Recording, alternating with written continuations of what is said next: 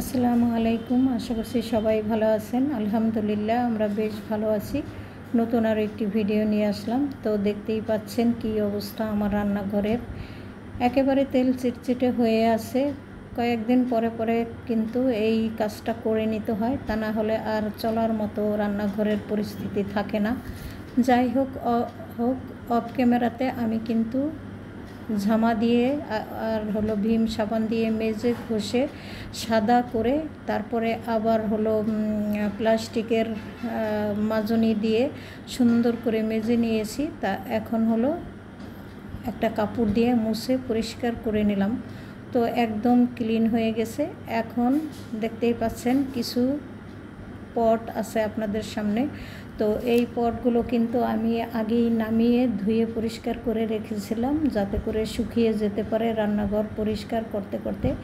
ততক্ষণে আমি আবার এইগুলো উঠিয়ে ফেলতে পারবো। যাই হোক, এখানে অনেক পট আছে, ছোট বড়। আসলে কোনোটাই ফেলে দেওয়ার মতো না। ফেলতে অনেক সময় অনেক কিছুই রেডি করি, তারপরে দেখা যায় যে আবার রাখতে রাখতে সবই রেখে দেওয়া হয়, কোনো কিছুই ফেলানো না। এর ভিতরে কিছু আছে মরিচ, শুকনো মরিচ, তেজপাতা বা রান্না করার যাবতীয় সমস্ত সব কিছুই টুকিটাকি এগুলোর ভিতরে আছে।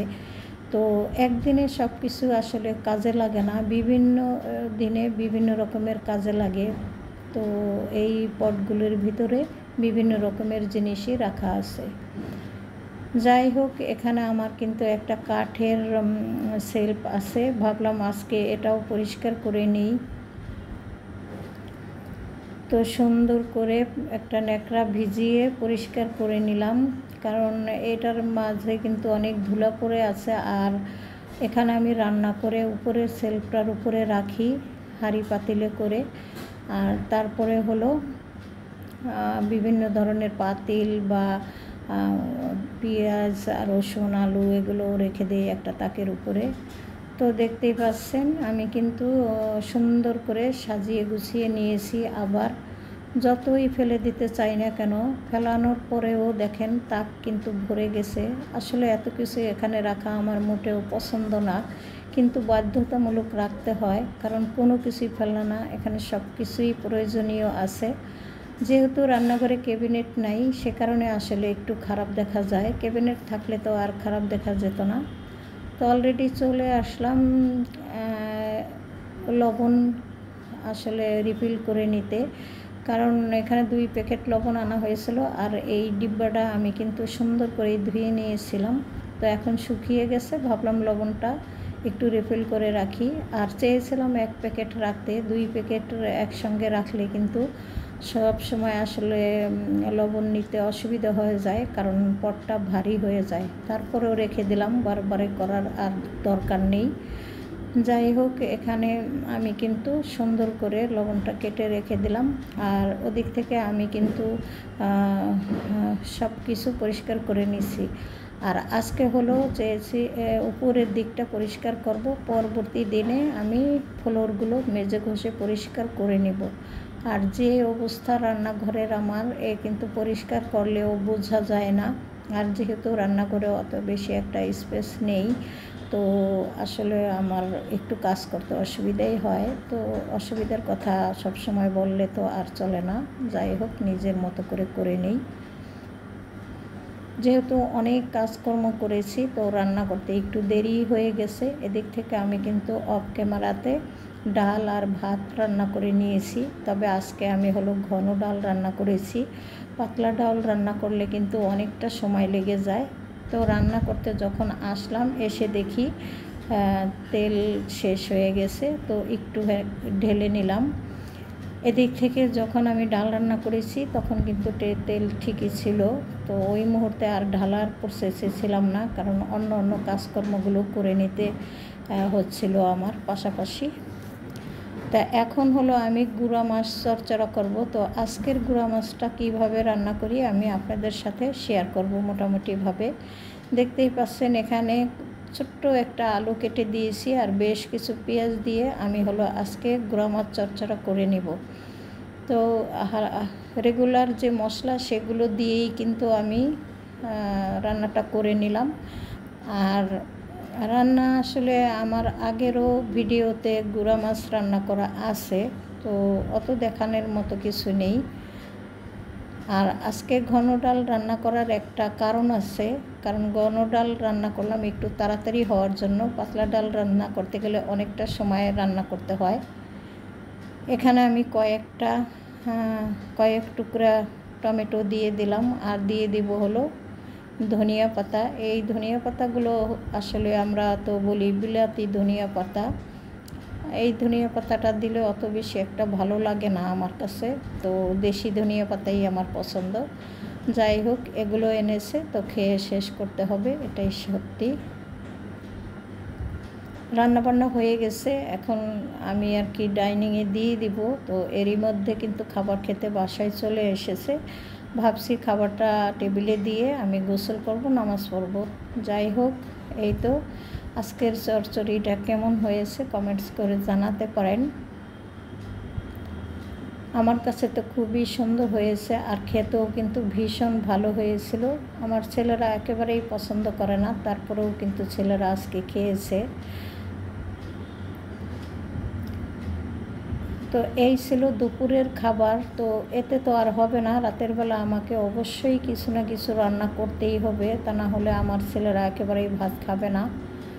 তো দুপুরবেলার খাওয়া দাওয়া শেষ করে নিয়েছি, অনেকক্ষণ রেস্ট নিয়েছি। তারপরে এটা আমি হলো মাগরিবের পরে প্লেটগুলো ধোয়ার জন্য চলে আসছি।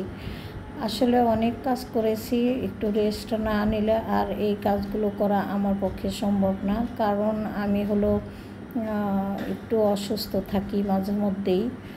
যেহেতু হাই প্রেশারের মানুষ আমি, তো আমার প্রেশার আসলে হুটহাট করে প্রেশারটা বেড়ে যায়, তখন আমাকে একটু রেস্ট নিয়ে তারপরে এই কাজ করতে হয়। তো মাগরিবের পরে চলে আসলাম এই ধোয়া মোছাগুলো করার জন্য, আর সেই সাথে রাতের জন্য কি রান্না করি আপনাদের সাথে একটু শেয়ার করব ভাবছি। সব সময় তো আসলে একেবারে সন্ধ্যা রাত পর্যন্ত আপনাদের সাথে শেয়ার করতে পারি না, আজকে ভাবছি একটু করব। তো প্লেট বাটিগুলো গুছিয়ে নিলাম, কারণ রান্নাঘর একটু জায়গা পরিষ্কার থাকলে রান্না করতে ভালো হয়। তো ঘরটাও আমি সুন্দর করে একটু মুছে নিলাম, রান্নাঘরটা। তারপরে চলে আসলাম ভাত বসিয়ে দেওয়ার জন্য। আগে ভাবছি ভাতটা বসিয়ে দিব। ভাতটা বসিয়ে আমি কি কাজ করি সব আপনাদের সাথে টুকটাকভাবে শেয়ার করব। এই তো চাল ধুয়ে নিছি, ভাত কিছু আছে এর জন্য সামান্য চাউল ধুয়ে দিলাম। আর আজকে একটু কাজ বেশি করেছি, তো আমার মানে একটু অসুবিধাই হচ্ছে, কারণ রান্নাঘর পরিষ্কার করতে গিয়ে আমার একেবারে 12টা বেজে গেছে। যাই হোক, এখনও পর্যন্ত কিন্তু ফ্লোরগুলো কিছুই করা হয়নি, তো ওটা আগামীকালকে ইনশাল্লাহ করে দিব। যাই হোক, এখানে কিছু চিংড়ি মাছ ছিল, ভিজিয়ে দিলাম। তো সবগুলি মাছ এখানে আমি আজকে রাতের জন্য করব না, এখান থেকে 8-10টা মাছ আমি নিয়ে নিব। মাছগুলি ওদিক থেকে ভিজতে থাকুক, বরফ ছাড়ুক, আর আমি এদিক থেকে ফুটানো পানিটা সেকে গ্যালনে ভরে নিই। এইভাবে সকাল সন্ধ্যা 2 বেলাতেই পানি আসলে সেকে নেওয়া হয়, কখনো সন্ধ্যার আগে অথবা সন্ধ্যার পরে। তো আজকে সন্ধ্যার পরেই করছি, কারণ একটু কাজ বেশি করলে যা হয়। মাঝে মধ্যে আমার হাজব্যান্ডও এই কাজটা আমাকে করে দেয়। আজকে উনিও মানে সময় পায়নি, ওনার হাতে কাজ ছিল, চলে গেছে তাড়াতাড়ি। তো এক এক করে আমি কিন্তু গ্যালনটা পানি দিয়ে ভরে নিলাম, আর তারপরে হলো চলে যাব রান্নাবান্না করতে। ভাত ওদিক থেকেও মোটামুটি হয়ে আসছে, ভাতটা এখন মার সেঁকে নিতে হবে। আরও এক পাতিল পানি এখনই আমি চুলাতে বসিয়ে দিব, সকালবেলা যেন ঠান্ডা হয়ে যায়। এইভাবেই আসলে প্রতিনিয়ত কাজ করে যেতে হয়, প্রতিদিনের কাজ প্রতিদিন এই একই কাজ প্রতিদিনই করতে হয়। একটা সংসারে কিন্তু এই ধরনের কাজই থাকে, আর বাড়তি কিছু কাজ মাঝে মধ্যে থাকে, তা না হলে কিন্তু রেগুলার এই রান্না খাওয়া ধোয়া মোছা, এই ঘর বাড়ি পরিপাটি করা, এই ধরনের কাজই কিন্তু আসলে আমরা করে থাকি, আর আপনাদের সাথে সেগুলো টুকটাক করে শেয়ার করি। কেউ ভালোবাসেন, কেউ বাসেন না, তারপরেও বলবো যে ভালোবেসে এই ভিডিওগুলো দেখবেন এবং পাশে থাকার চেষ্টা করবেন। ভুল ত্রুটি ক্ষমা সুন্দর দৃষ্টিতে দেখবেন, আর লাইক কমেন্ট শেয়ার করে দিবেন, সেই সাথে সাবস্ক্রাইব করে আমার পাশে থাকবেন। তো অফ ক্যামেরাতে আমি কিন্তু আলু ভর্তা করে নিয়েছি, আর এখন হলো মাছ ভাজা নিয়ে ডাইনিংয়ে টুকটাক করে সমস্ত সব কিছুই গুছিয়ে ফেলেছি। বিদায় নিয়ে নিই আপনাদের কাছ থেকে। আল্লাহ হাফেজ, আসসালামু আলাইকুম।